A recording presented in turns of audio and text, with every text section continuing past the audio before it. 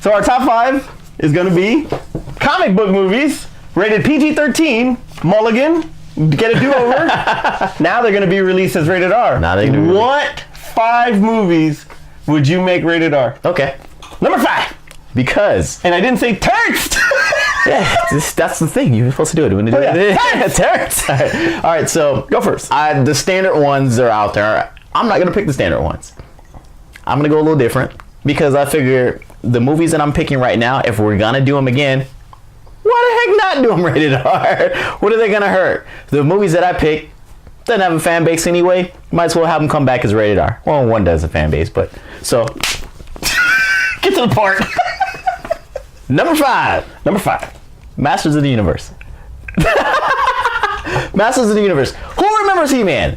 Me and about 5 people.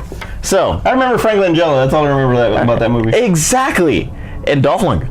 Dolph Lundgren. And Dolph Lundgren, and that's it. Nobody. That weird thing that was with him. What was that little thing? With the one that was supposed to be kind of like Orko, but they didn't have the budget to have a flying alien thing, so they just, hey, you look like a troll, we'll just roll you out there. But anyway, so I figured if they bring that one back, not that the cartoon was really, well, I mean, the cartoon was right. The thing about He-Man is that he had these over-the-top villains that were merged with different animals and stuff like that, and different creatures and stuff like that. So you had Beastman. My favorite. Beastman. Yeah, you had Beastman. You had the Claw guy, and I can't remember. And I used to watch it. I can't remember his name either. But like everybody was mixed with some type of animal. So this would be a great way. You can almost make Masters of the Universe kind of a horror-ish film. It'd be kind of a sci-fi horror film, which would actually be pretty cool. You know, it's magic, it's sci-fi, it's horror. I think that one could rock with a rated R tag. But you're not really you're not a fan of like Warcraft. Of the CGI, I didn't say go super CGI. Half the thing is in there. Some of those have to be. Well, they can. Well, especially Skeletor. Well, they Red Skull. They did Red Skull. Yeah, I guess. Yeah. All right, anyway, 4. But all right, so 4. I'm gonna go Catwoman. The one that you said was the worst casting. Yes, a couple weeks ago. So if you're gonna bring it back, how about we go full fun? Full front? Sweet! I mean, full fun is what I said. Full fun, because I said in the original one is they didn't realize how to have fun with it. And with Michelle Pfeiffer, she had fun with the character. So you have somebody who has fun with the character, but also, too, you do what they kind of did in the Halle Berry one is that they worked on the sexiness with it. So, and we can be a little bit more violent because she's an anti-hero. More violent, more risque, you're saying? Yeah. Like as far as... exactly. It's like we don't have to go ripped up costume like Halle Berry wore with heels that didn't make any sense. Open-toed heels. What? But anyway, but you can be a little bit edgier with that one because she's not Batman.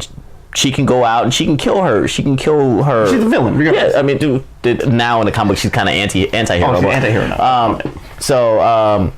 You could be more violent with it. So your Suicide Squad, you wanted to be a little bit more. It's like you could do that with Catwoman. It can definitely be done with Catwoman. So that's why I think that you should do that. Number 3. Power Rangers. Power Rangers. Are you kidding me? Power Rangers. You know why? Rated R? Yes. You know why? Hell no. You know why? It's because the second movie bombed. The audience that watched the second movie, they're all adults. Now it does still air and kids just still watch it, but some of that audience are the people who who remember the show when they were kids. Like heck, I used to watch it. I watched Power Rangers with my kids. Yeah, your damn mind. No. Stay with me. All right. You don't do what Adi Shankar did with his Power Rangers movie because he went way over the top.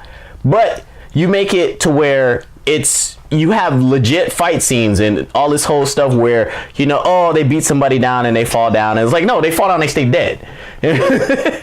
You have raid type fights with the Power Rangers. You have the Power Rangers cutting through a bunch of, what were they, putties back in the day? You have whatever XYZ monster you want to pull from the Power Rangers universe. You have them go full out. They're out to destroy these things because they're attacking the planet. And then the freaking slow-mo head, after they chop it off and they get the slow-mo head. Yeah. Hey, you know what? You know, they're cutting down kaijus and stuff like that. I want to see arms get cut off. If you got a Megazord and you're slashing people, they don't just like, sparks fly and fall down. No, they get cut in pieces. I want to see that in the Power Rangers movie. Okay, we're talking Kill Bill blood spray? Yeah, oh God, yes. I'm talking full out anime style, freaking samurai sword slash across and Number 2. dork. Number 2, Hellboy. All right, That was actually pretty good. I like that one. That's all right. a movie called Hellboy should not be PG-13. If there's anything that calls for rated R, it's a movie called Hellboy. Well, they made Old Boy rated R, so yeah, I guess so. But that's not the same movie. The boy had boy in it too, and it ain't the same movie. And it was PG-13. And it was actually pretty good as PG-13. But with that being said, show us hell, show us more hell, show us more creatures. I can't think of his name because I always forget names. Ron Perlman? No, well, him too, but the director. Guillermo del Toro. Guillermo del Toro. He wants rated R films. He wants to show you his creativity and how he can make something scary. And he wants to show you in Hellboy too, but it's on a freaking, it's on a chain because it has to stay PG-13. Give Guillermo del Toro, because he wants to do a Hellboy 3, let him do a rated R Hellboy 3. Craziness is going to be in that movie. That'd be cool. You didn't think you were going to like my list. Well, that's the only one I like. It says 1, 2, 3. That's the only one. All right, so I know this is probably, I had to put it on here because it just had to put it on here and I'm a big fan of it. So number 1 is the obvious choice, Spawn. Spawn needs to be rated R. Once again, it's hell. You got to show the horrors of hell. You got to show his powers in full thing. And he had an effed up life. And it was like, and if you There's nothing PG-13 about that life. Sanitize that. It was like, we all want to see it redone.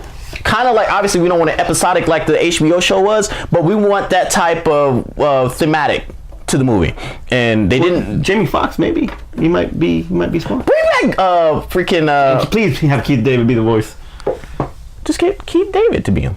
All right. You're too old now. I don't want Jamie Foxx to do it. If anything, give me Michael Jai White back.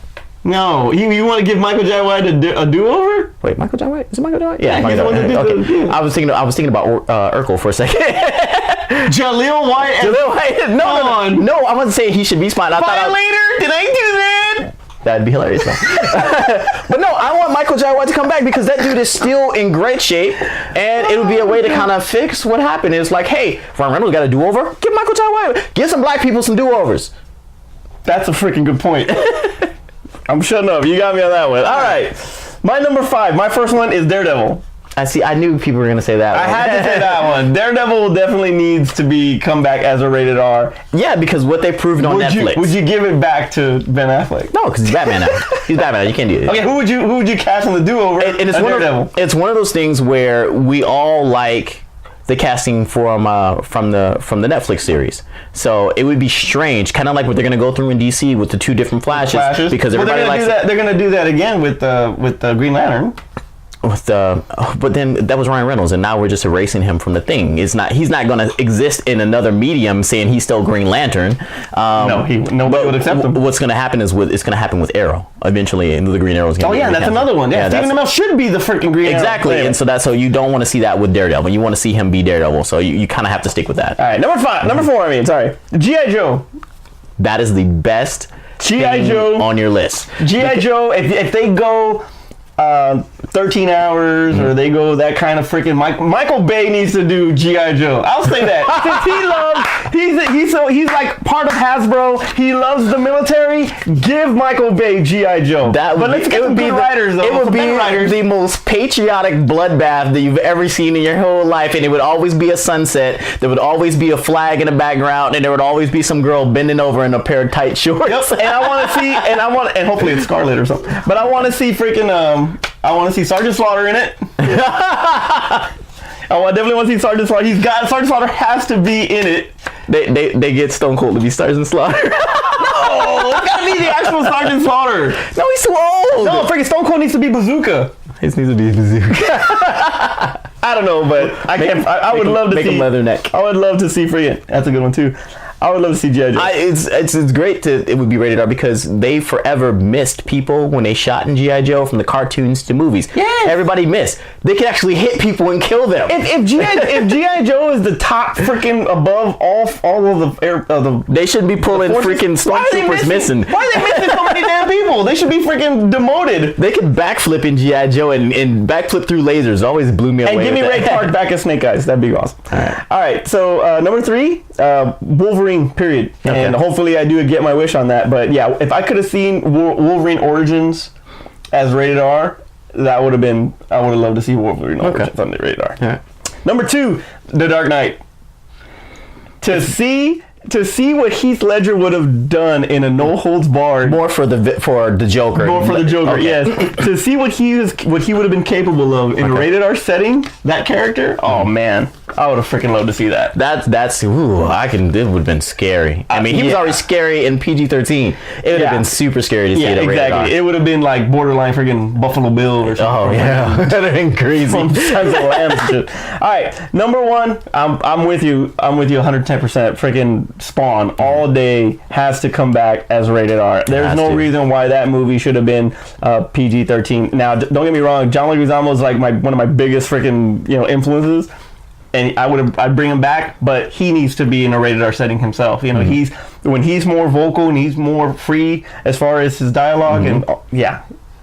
Definitely, I would definitely bring back John Leguizamo to come back as a Violator. Yeah, that would have been awesome. Oh, Clown Violator, same thing. Yeah, same thing. Terrence, take us home. All right, so first and foremost, I want to thank you guys for. We've noticed that we've been picking up a little bit more steam with more views, more comments, more likes. I've noticed some dislikes, but if you dislike, please tell me why. I mean, that's all we want to know because we want to know how we can get better. So always, basically, at the end of this video, make sure you like, subscribe, so that way you know when we get ready to come out with new videos. We're trying to add new things into it, like we always mentioned before. Spotlight, that's coming. It's coming. It'll be here eventually. But also too, we're gonna start focusing more on some movie reviews because I know we talk about movies during the show, but we get a little wordy with it and a little. So instead of with the rambling kind of lengthening out this video, I think we're gonna start putting it into its own separate thing so we can actually have a little bit more time to elaborate on what we want to say because we'll go in depth and things like that. So I think that's all I got right now. And well, real quick, I just want to say give a shout out to John Hughes. Because this year is the 30th anniversary of Pretty in Pink and Ferris Bueller's Day Off. Oh, okay. So they're going to turn 30 this year, and that ties in Deadpool when he did that. I know, that's what made me think about it. So you know what? We wouldn't have childhoods without John Hughes. So rest in peace. We love you. Your movies are really forever. You're going to say John Hughes called you in his head. Yeah, John Hughes called. I used the Ouija board and everything. All right, guys. So I think that's all we have for this week. So I'm Terrence. I'm Manny. And that was the goods. So yeah, so John Hughes. So John Hughes, yeah, I was talking to him on the Clio hotline thing, yeah. and he came.